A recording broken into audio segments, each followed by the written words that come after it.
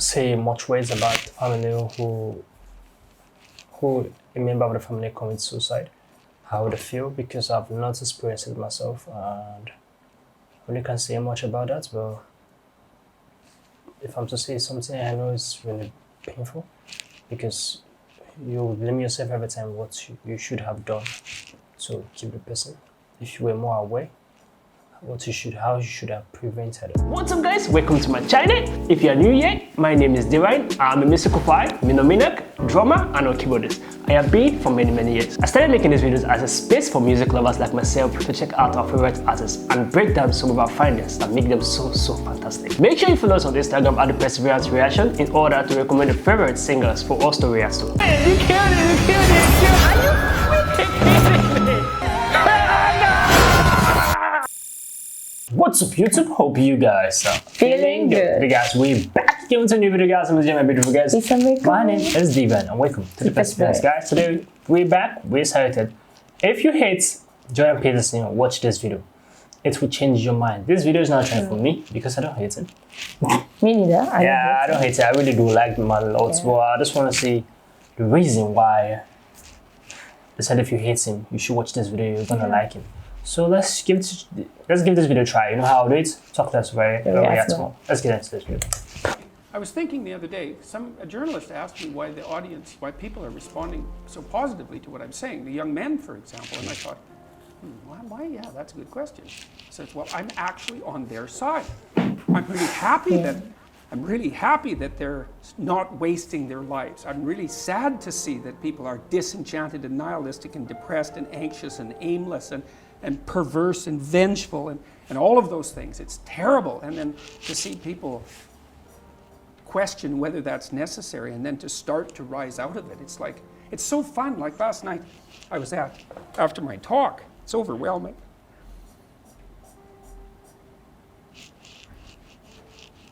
I don't usually think about these things, but I was after my talk last night, and so all these people line up. Emotional. They have their 15 seconds with me, and they're kind of tentative. They're excited and attentive when they come up to talk to me, and then they have 15 seconds of time to tell me something. I'm really listening to them, and they're hesitant about whether or not to share the good news about their life, And I think it's often because when people share good news about their life, people don't necessarily respond positively. They don't get encouragement. And people need so little encouragement. It's just unbelievable. And so they'll tell me something good, and I think, oh, that's so good. Somebody says, oh, I'm getting along way better with my father. I haven't seen him for 10 years, and now we get along. God, great. And then the power of that, you can't overstate the power of that for individuals to get their life together. The individual is an unbelievably powerful force, and every single person who gets their act together a little bit has the capacity to spread that around them. It's a chain reaction, and so it's a lovely thing to see. And that's fantastic.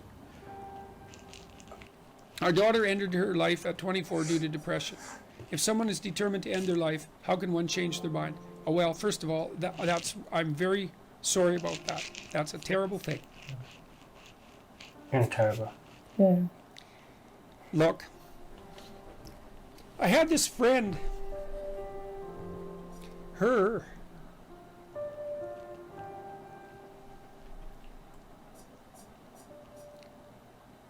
sorry. There's been a lot of depression in our family, so it's a question that cuts close to the bone. Anyways, I had this friend, a friend of my parents, and her granddaughter committed suicide, She was just beating herself up about that. What could have I done? What could have I done differently? This is the problem with suicide. It leaves everybody behind thinking, oh my God, what could have I done? I could have treated the person better. I could have listened. I could have been there. It's like, and she was just beating herself up about this, really feeling that she wasn't a useful person, that she'd failed as a grandmother. She's a really good person, And so I went for a walk with her, and I said, and she's married, and she likes her husband, and he's a really good guy. And I said, look, you're blaming yourself for your granddaughter's suicide. It's like, are you blaming your husband? Are you sitting him down and telling him what a useless bastard he was as a grandfather because his granddaughter committed suicide and how he failed completely? She said, no, I'd never do that. So I said, well, don't do it to yourself. One of the things that has just blown me away in the last year, because I've talked to lots of people live, you know, but also lots of people online, but it's more obvious live, and it's obvious in this theater as well, is that I've gone around and spoken, and a large proportion of my audience has been young men, young, you know, under 30, something like that. And I've spoken to them a lot about responsibility. And what's so odd about this is that of all the things that I've spoken about, because I can see the audience and I can feel how the audience is reacting, because I'm always paying attention to all of you insofar as I can manage that. So I get some sense of how what I'm saying is landing, you know, which you have to do if you're going to speak effectively to people. And what happens is if I talk about responsibilities, everyone is silent, just like they are now. Silent and not moving, right? Focusing, attentive. Say, pick up your responsibility. Pick up the heaviest thing you can and carry it. And the room goes quiet and everybody's eyes open. And I think, that always makes me break up. I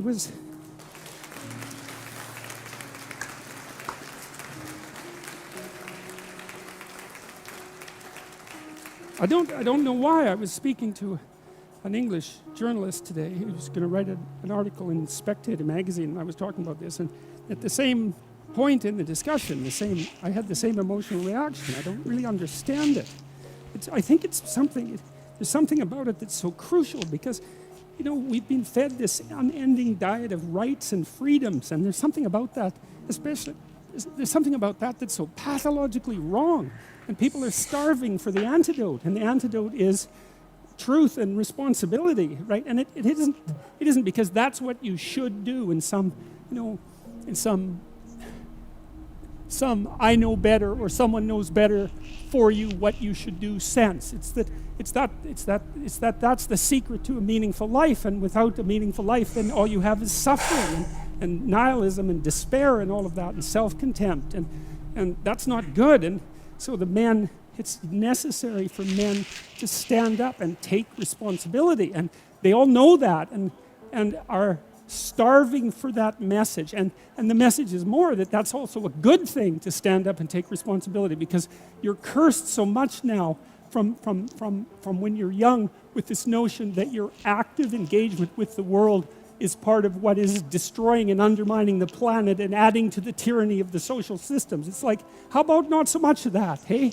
Because it's too soul deadening. It's anti-human right to the core. And my sense instead is that, you know, if you were able to reveal the best of yourself to you in the world, that you would be an overwhelming force for good. My primary motive as a clinical psychologist and educator is to help individuals live more meaningful and productive lives in harmony with their families and their community. That's my motive. And the evidence for that, I think, is, well, if people go online, and first of all, you can watch the lectures and decide for yourself, but you can also go, I suspect probably maybe 250,000 people have commented on the lectures and their effects on them. And so that's what people say. I'm watching the lectures, I'm trying to develop a vision for my life, I'm trying to become more responsible, and it's really helping. And that's what I hear all the time when I do these public lectures, which aren't political. But when we gain success, we raise the bar. We set our ambitions higher. I mean, what is your end game? What do you want? That's all. That's what I want. I want to help as many individuals as possible become more courageous, more truthful, and more engaged in the pursuit of individual, familial, and social harmony. That's what I want. You're pursuing what is meaningful. I'm pursuing, I believe that to be the case. It's certainly meaningful to me. I mean, there isn't, everywhere I go now, it doesn't matter where I land, in what airport, or if I walk down the street, 3 or 4 people will come up to me and they'll tell me, I was in a dark place, I was anxious, depressed, nihilistic, drug addicted, alcoholic, homeless, in jail, you name it. bad relationship with my girlfriend, bad relationship with my parents. I've been watching your lectures or reading your book. I've been trying to tell the truth and get my life together, and everything is way better. And so then you think, well, if you could have what you wanted and what would be meaningful, you imagine you could go anywhere in the world and people would come up to you that were strangers and tell you that. That's as good as it gets. I read the story. It's an autobiography, if I remember correctly, of the captain. I might be wrong about that, but I've got the basic story right. Well, they had a shipwreck in the Antarctica. And then they were there for a whole year in the Antarctica, you know? And none of them died, not one. He didn't lose a single man, not one. He kept their morale high. And then they took this boat that was on the ship, and they crossed like 400 miles of the roughest ocean, the roughest frigid ocean in the world, right? You don't go in that ocean. And then they went to an island, and they walked across the island, across these mountains that no one else has ever climbed since. And they went to the city on the other side of the island, and they got a boat, and they went and rescued their compatriots, and everyone survived. It's like Endurance is the name of the book. You read that book, man, you think, wow, people are really tough, you know, and it's ridiculous. So who knows how tough you are? And maybe you find out by going out to find out how tough you are, right? So you take on a challenge, one that you think you can master, it's just a bit beyond your grasp, and you master it, and then you're a little tougher, and you think, hey, that worked out pretty well, and so then you're more of a monster. And then you go out and you find another challenge that's even bigger, and you think, well, maybe I can do that too. And then all of a sudden you can, and you get a little bit bigger, and God only knows what the limit is of you. And you find out by pushing yourself against the world, and of course that's what Abraham is doing. And so, see, we're very pessimistic, us modern people, you know. We're pessimistic about humanity, that's for sure. Dismal, wretched, planet-destroying, cancer on the planet, right, as the Club of Rome described us so pleasantly back in the 1960s, you know. And I don't know, maybe we're ashamed of the Cold War, maybe we're ashamed of all the destruction in the 20th century and the hydrogen bomb and the, you know, the continuing catastrophes of our societies, and we're deeply ashamed of that and ashamed of ourselves personally, but it's a hell of a thing to, you know, call us a cancer on the planet. There's just no excuse for that, because what you do with cancer is eradicate it. And I don't think that that's a very noble motive, personally. And I think it says a lot about the people who would use such phraseology, that they would dare to conceptualize humanity in that manner. But you know, it would be nice if we could be optimistic. And That's true. I think, again, the problem with being optimistic is that it's naive. So then the question is there an optimism that's not naive? And I think there is. And the optimism that's not naive is in just a visualization of how strong people can be. So one of the things that I tell people, I've told my students in my class, in Maps of Meaning, here's a goal. You want to be the person at the funeral of your father that everyone can rely on. How would that be? You want to be the person who's broken and useless and adding to the misery in the corner. And look, I'm not making light of people's grief. You know, I understand grief. But who do you want to be when there's a crisis? Right? Do you want to be the person that everyone can turn to for strength? It's like, why the hell not? Why not that as a goal? That'd be a good goal, because then if there's a crisis, and there will be, it won't be such a bloody crisis, because there'll be someone there that can deal with it. It's true.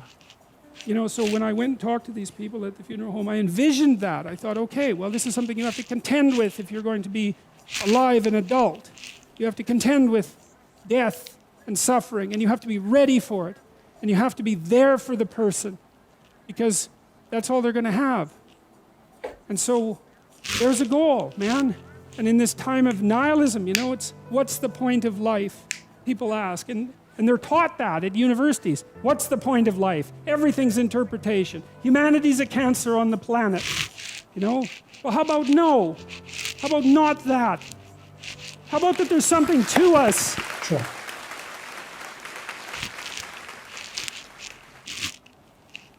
Wow. This was a lot. So that. Really beautiful, guys. Peterson, he's really a great man. His books, his teaching, his words. This is probably my first time watching him crying.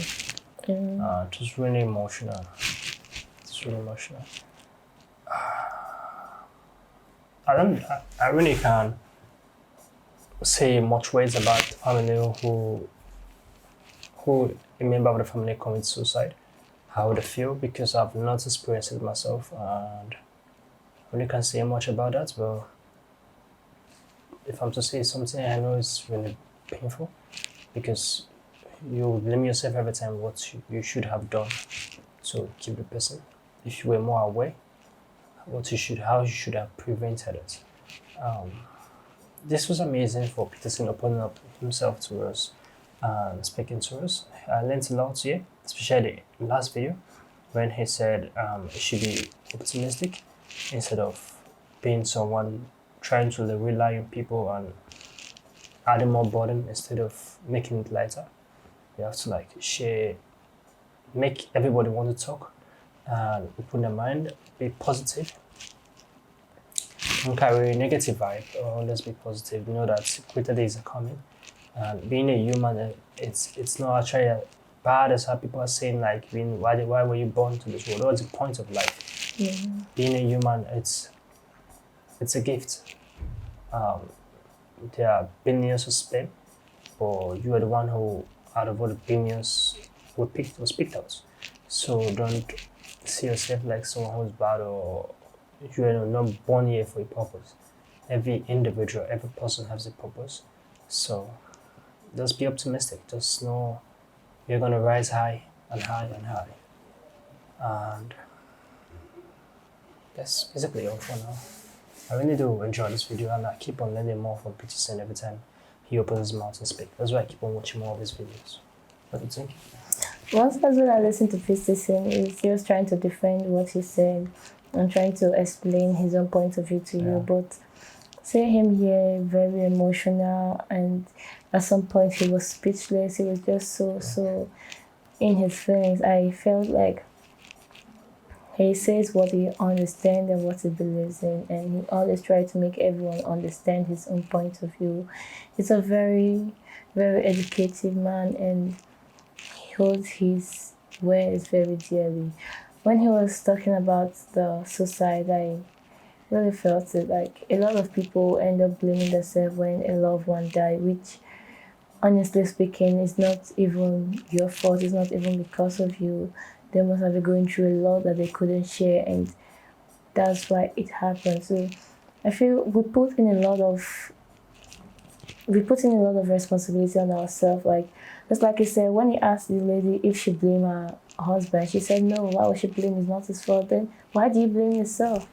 We put in all the blames on ourselves. We just make ourselves look like the bad guy, but whereas we didn't do anything wrong. I love the fact that he made her understand that it wasn't her fault. Because if you keep on living with that guilt, you just feel like you did wrong, and I don't think you should be able to move on for that situation. I love how he's very understanding. And two, I feel there's a part when he said that when we have little wins, I want to share it. People don't seem interested because they feel like it's too little. Like, why are you so excited about this? Why are you so excited that you're talking to your mom again? Why are you so excited that you got this job? Why are you so excited that you got it? Like, they make you feel like your wins are not big enough. So I love the fact he spoke about that, because sometimes we end up keeping those things to ourselves because we feel when we share it to people, that make us, they criticize and make us feel little, they belittle us, which is very, very sad. And he really do understand the youth. He really do put himself in our shoes, and that is why I like him. That's why I really do love watching his videos, because he's very understanding and he does what he speaks, honestly. This was really amazing, guys. Comment down below if you was done watching this video. How was your reaction? Give us a thumbs up, share it as many as can, subscribe to the channel, guys. You know how it is. We'll see you guys in the next video. Make sure you stay safe. I just want a bag, like an old lady. I'm backwoods smoking, I don't own papers. Pass that 808, that don't shake her. Oh, bitch, you know I'm grinding like a pro skater. Baby mama bugging, I'm so quick to hit ignore. Buku bitch in my bed, I got scales all